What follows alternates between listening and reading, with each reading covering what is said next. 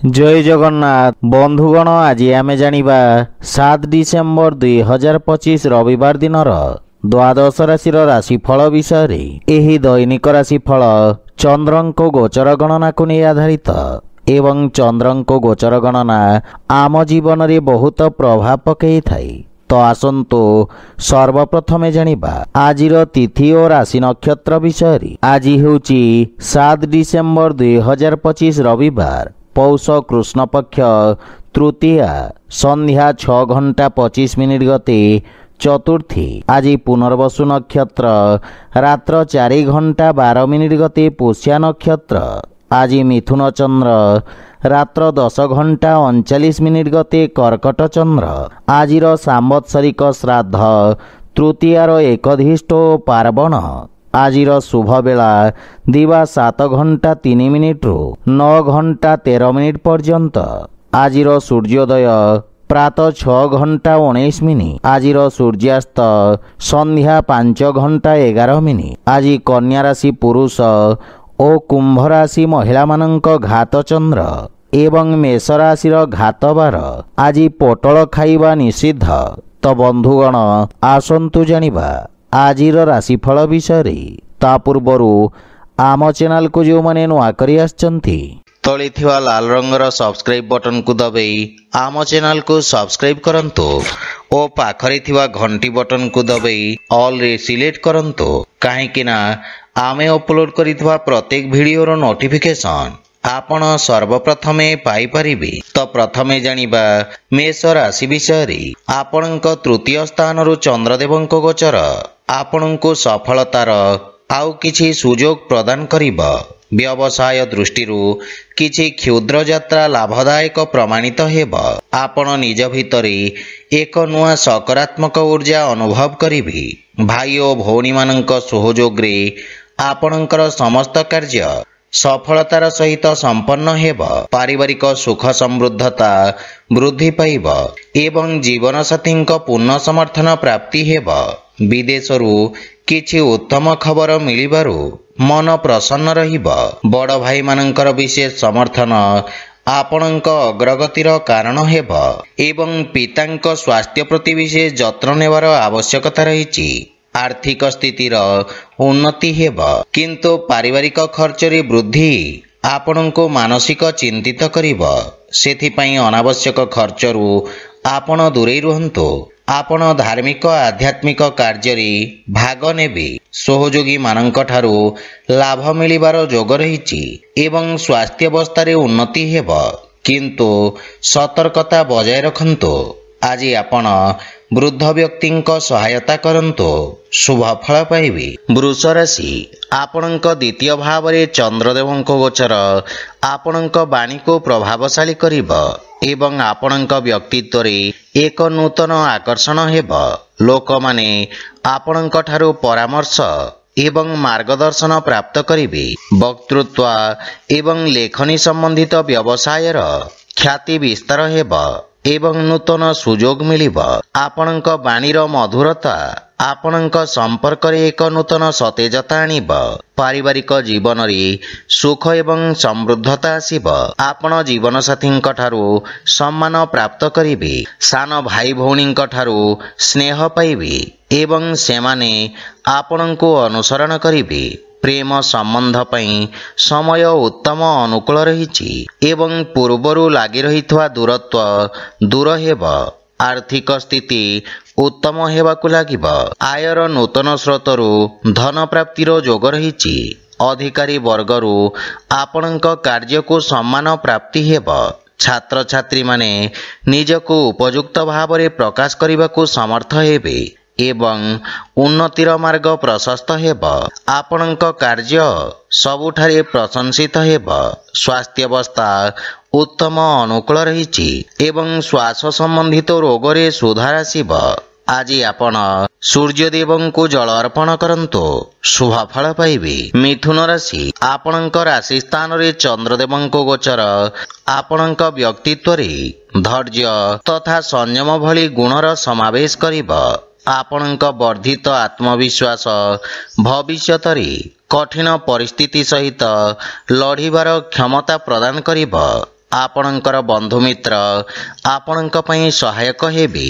ବିଦେଶରୁ କୌଣସି ପ୍ରକାର ସୁଖଦ ସମାଚାର ପ୍ରାପ୍ତି ହେବ। କାର୍ଯ୍ୟକ୍ଷେତ୍ରରେ ଜୀବନସାଥୀଙ୍କ ପରାମର୍ଶ ସହାୟକ ହେବ ଏବଂ ଜୀବନସାଥୀଙ୍କ ସହିତ ସମ୍ପର୍କରେ ପ୍ରଗାଢ଼ତା ଆସିବ।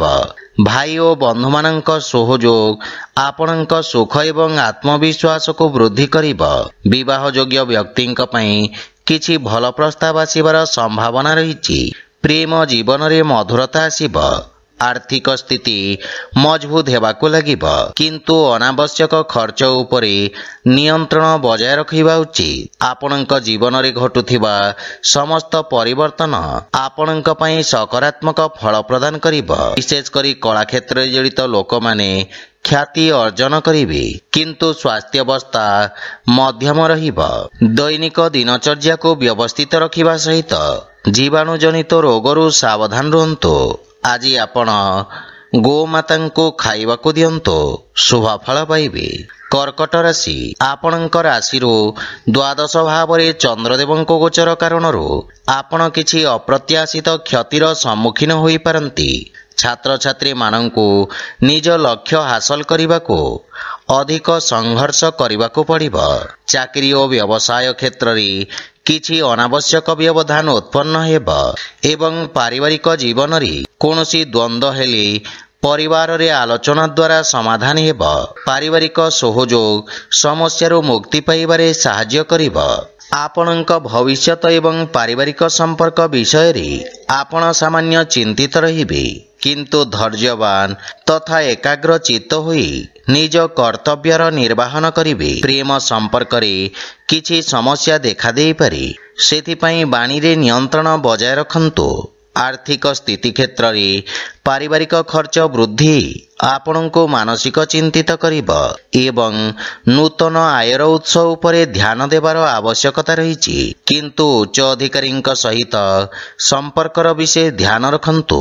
କାର୍ଯ୍ୟକ୍ଷେତ୍ରରେ କୌଣସି ପ୍ରକାରର ପରିବର୍ତ୍ତନ ପାଇଁ ଏହି ସମୟ ଶୁଭ ନୁହେଁ। ସ୍ୱାସ୍ଥ୍ୟାବସ୍ଥା ମଧ୍ୟମ ରହିବ, ସେଥିପାଇଁ ମନରେ ଶାନ୍ତି ଏବଂ ଏକାଗ୍ରତା ବଜାୟ ରଖିବାର ପ୍ରୟାସ କରନ୍ତୁ। ଆଜି ଆପଣ ଅସହାୟ ଲୋକଙ୍କ ସାହାଯ୍ୟ କରନ୍ତୁ, ଶୁଭ ଫଳ ପାଇବେ। ସିଂହ ରାଶି, ଆପଣଙ୍କ ରାଶି ସ୍ଥାନରୁ ଏକାଦଶ ଭାବରେ ଚନ୍ଦ୍ରଦେବଙ୍କ ଗୋଚର ଆପଣଙ୍କ ଅକ୍ଲାନ୍ତ ପରିଶ୍ରମର ସୁଖଦ ପରିଣାମ ପ୍ରଦାନ କରିବ ଏବଂ ଉତ୍ତମ ଲାଭର ସ୍ଥିତି ରହିଛି। କାର୍ଯ୍ୟକ୍ଷେତ୍ରରେ ଆପଣଙ୍କ ମାନସମ୍ମାନ ବୃଦ୍ଧି ପାଇବ। ଆପଣ ନୂତନ ଲୋକଙ୍କ ସହିତ ସାକ୍ଷାତ କରିବେ ଏବଂ ଆପଣଙ୍କର ସାମାଜିକ କ୍ଷେତ୍ରର ବିସ୍ତାର ହେବ। ପାରିବାରିକ ଜୀବନରେ ପରିବାରର ସ୍ୱାର୍ଥରେ କରାଯାଇଥିବା ପ୍ରୟାସର ଉତ୍ତମ ପରିଣାମ ପ୍ରାପ୍ତି ହେବ ଏବଂ ପାରିବାରିକ ସମ୍ପତ୍ତିରେ ବୃଦ୍ଧି ହେବାର ସମ୍ଭାବନା ରହିଛି। ପୈତୃକ ସମ୍ପତ୍ତି ପାଇବାର ପୂର୍ଣ୍ଣ ସମ୍ଭାବନା ରହିଛି। ଯେକୌଣସି ବାଦବିବାଦ ଆପଣଙ୍କ ସପକ୍ଷରେ ସମାଧାନ ହେବ। ସନ୍ତାନ ପକ୍ଷରୁ ସୁଖଦ ସମାଚାର ପ୍ରାପ୍ତି ହେବାର ସମ୍ଭାବନା ରହିଛି। ଆପଣଙ୍କ ଦାୟିତ୍ୱରେ ମଧ୍ୟ ବୃଦ୍ଧି ଘଟିବ। ଆର୍ଥିକ ସ୍ଥିତି ସୁଦୃଢ଼ ହେବ, କିନ୍ତୁ ଅନାବଶ୍ୟକ ଖର୍ଚ୍ଚ ଆର୍ଥିକ ସନ୍ତୁଳନକୁ ଖରାପ କରିପାରେ। କର୍ମକ୍ଷେତ୍ରରେ ନୂତନ ଯୋଜନାଗୁଡ଼ିକୁ କାର୍ଯ୍ୟକାରୀ କରିବା ପାଇଁ ଏହା ହେଉଛି ଉତ୍ତମ ସମୟ। ଆପଣଙ୍କ ଯୋଜନାବଦ୍ଧ କାର୍ଯ୍ୟରୁ ଆପଣ ସର୍ବୋତ୍ତମ ପରିଣାମ ପାଇବେ, କିନ୍ତୁ ସ୍ୱାସ୍ଥ୍ୟାବସ୍ଥାର ବିଶେଷ ଯତ୍ନ ନିଅନ୍ତୁ। ଅନିଦ୍ରା ଏବଂ ମାନସିକ ଚାପରୁ ଆପଣ ଦୂରେଇ ରୁହନ୍ତୁ। ନିତ୍ୟକର୍ମକୁ ନିୟମିତ ରଖିବାକୁ ଚେଷ୍ଟା କରନ୍ତୁ। ଆଜି ଆପଣ ସୂର୍ଯ୍ୟଦେବଙ୍କୁ ଜଳ ଅର୍ପଣ କରନ୍ତୁ, ଶୁଭ ଫଳ ପାଇବେ। କନ୍ୟା ରାଶି, ଆପଣଙ୍କ ରାଶି ସ୍ଥାନରୁ ଦଶମ ଭାବରେ ଚନ୍ଦ୍ରଦେବଙ୍କ ଗୋଚର ବ୍ୟବସାୟ କ୍ଷେତ୍ରକୁ କାର୍ଯ୍ୟ ଅଗ୍ରଗତି ପ୍ରଦାନ କରିବ। ଆପଣ ନିଜ ଯୋଜନାଗୁଡ଼ିକୁ ବାସ୍ତବ ରୂପ ଦେବେ।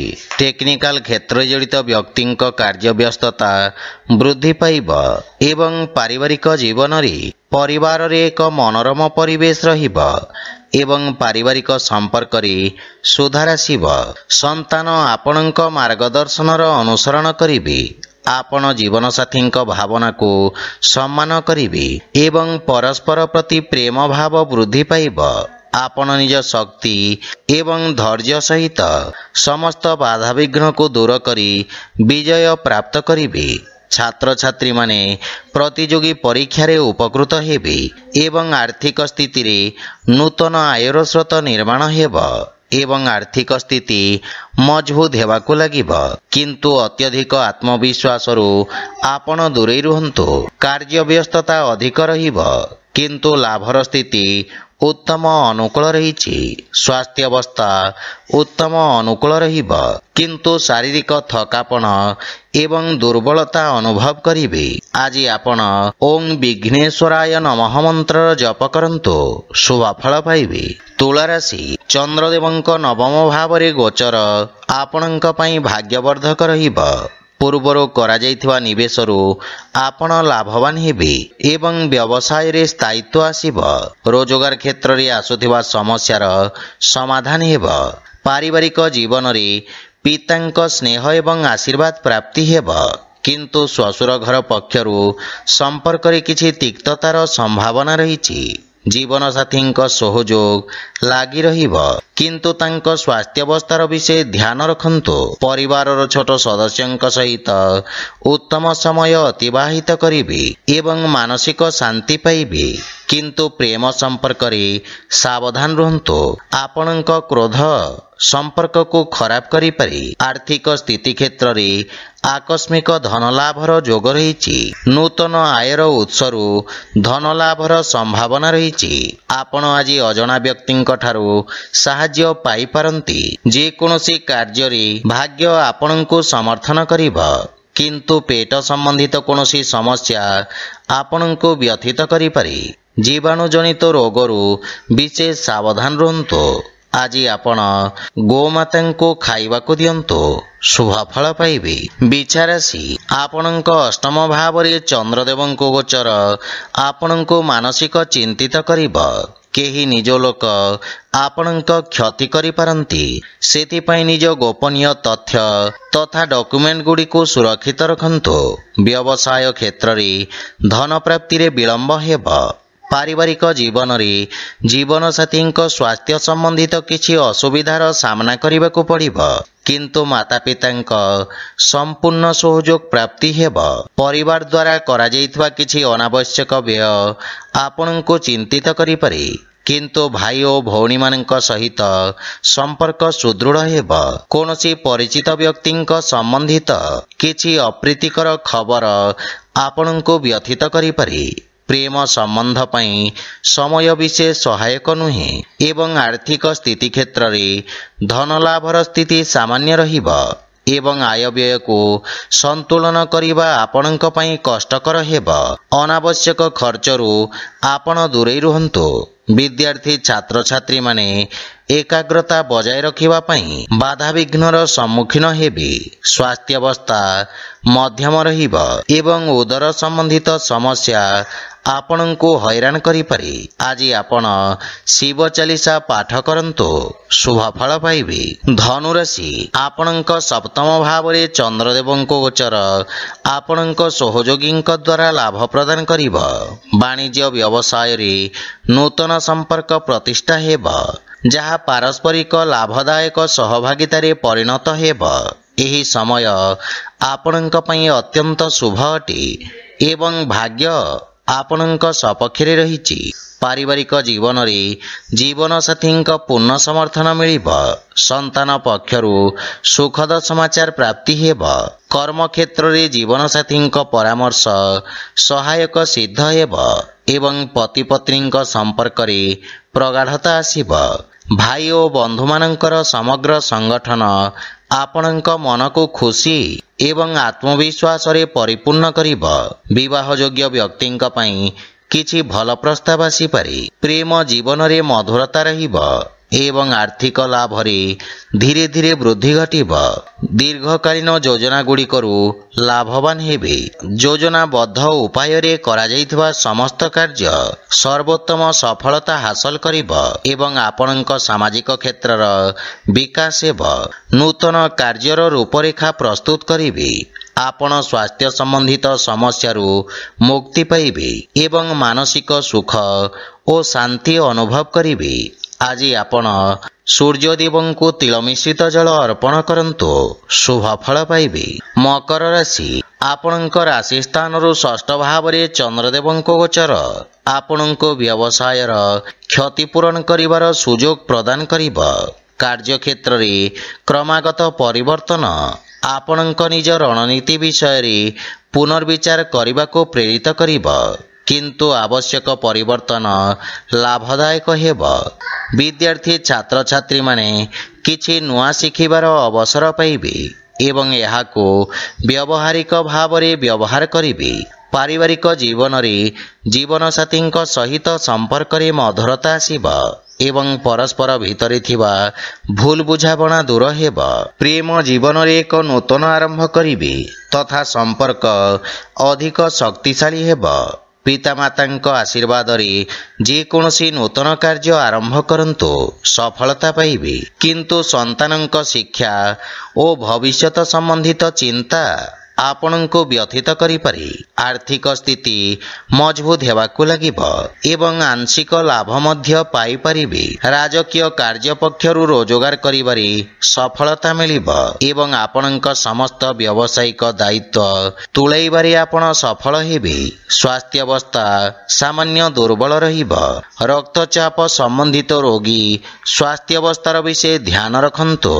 ଆଜି ଆପଣ ହନୁମାନ ଷ୍ଟକ ପାଠ କରନ୍ତୁ, ଶୁଭ ଫଳ ପାଇବେ। କୁମ୍ଭ ରାଶି, ଆଜି ଆପଣଙ୍କ ପଞ୍ଚମ ଭାବରେ ଚନ୍ଦ୍ରଦେବଙ୍କ ଗୋଚର ଆପଣଙ୍କ କାର୍ଯ୍ୟକ୍ଷେତ୍ରରେ କୌଣସି ପରିଚିତ ବ୍ୟକ୍ତିଙ୍କ ମାଧ୍ୟମରେ ଲାଭର ସ୍ଥିତି ପ୍ରଦାନ କରିବ। ଛାତ୍ରଛାତ୍ରୀମାନେ ସେମାନଙ୍କର ସମୟର ସମ୍ପୂର୍ଣ୍ଣ ଉପଯୋଗ କରିବାରେ ସକ୍ଷମ ହେବେ ଏବଂ ଏହି ସମୟ ମଧ୍ୟରେ ନୂତନ ଜ୍ଞାନ ଏବଂ ଅଭିଜ୍ଞତା ହାସଲ କରିବେ। ପାରିବାରିକ ଜୀବନରେ ସନ୍ତାନଙ୍କ ଉନ୍ନତିରେ ଆପଣ ବିଶେଷ ଆନନ୍ଦ ପ୍ରାପ୍ତ କରିବେ ଏବଂ ସନ୍ତାନ ଆପଣଙ୍କ ଆଜ୍ଞାକାରୀ ହେବେ। ଭାଇ ଓ ଭଉଣୀମାନଙ୍କ ସହଯୋଗରେ ଆପଣଙ୍କର ସମସ୍ତ କାର୍ଯ୍ୟ ସଫଳତାର ସହିତ ସମ୍ପନ୍ନ ହେବ। ପରିବାରରେ ସୁଖ ସମୃଦ୍ଧି ଲାଗି ରହିବ ଏବଂ ଜୀବନସାଥୀଙ୍କ ପୂର୍ଣ୍ଣ ସମର୍ଥନ ପାଇବେ ତଥା ବିଦେଶରୁ କିଛି ଭଲ ଖବର ପାଇ ମନ ଖୁସି ହେବ। ବଡ଼ ଭାଇଙ୍କ ବିଶେଷ ସମର୍ଥନ ଆପଣଙ୍କ ଅଗ୍ରଗତିର କାରଣ ହେବ, କିନ୍ତୁ ପିତାଙ୍କ ସ୍ୱାସ୍ଥ୍ୟ ପ୍ରତି ବିଶେଷ ଯତ୍ନ ନେବାର ଆବଶ୍ୟକତା ରହିଛି। ଆର୍ଥିକ କ୍ଷେତ୍ରର ଅଭିବୃଦ୍ଧି ହେବ, କିନ୍ତୁ ପାରିବାରିକ ଖର୍ଚ୍ଚରେ ବୃଦ୍ଧି ମାନସିକ ଚାପ ଉତ୍ପନ୍ନ କରିପାରେ। ସ୍ୱାସ୍ଥ୍ୟାବସ୍ଥାରେ ଉନ୍ନତି ହେବ, କିନ୍ତୁ ସତର୍କତା ବଜାୟ ରଖନ୍ତୁ। ଆଜି ଆପଣ ବଜରଙ୍ଗ ବାଣ ପାଠ କରନ୍ତୁ, ଶୁଭ ଫଳ ପାଇବେ। ମୀନ ରାଶି, ଆପଣଙ୍କ ଚତୁର୍ଥ ଭାବରେ ଚନ୍ଦ୍ରଦେବଙ୍କ ଗୋଚର ଆପଣଙ୍କୁ କିଛି ମାନସିକ ଚାପ ପ୍ରଦାନ କରିବ। କାର୍ଯ୍ୟକ୍ଷେତ୍ରରେ ଏକାଗ୍ରତା ବଜାୟ ରଖିବାରେ ଅସୁବିଧାର ସାମ୍ନା କରିବାକୁ ପଡ଼ିବ। ବ୍ୟବସାୟରେ ଲାଭ ପ୍ରତି ସତର୍କତା ବଜାୟ ରଖନ୍ତୁ।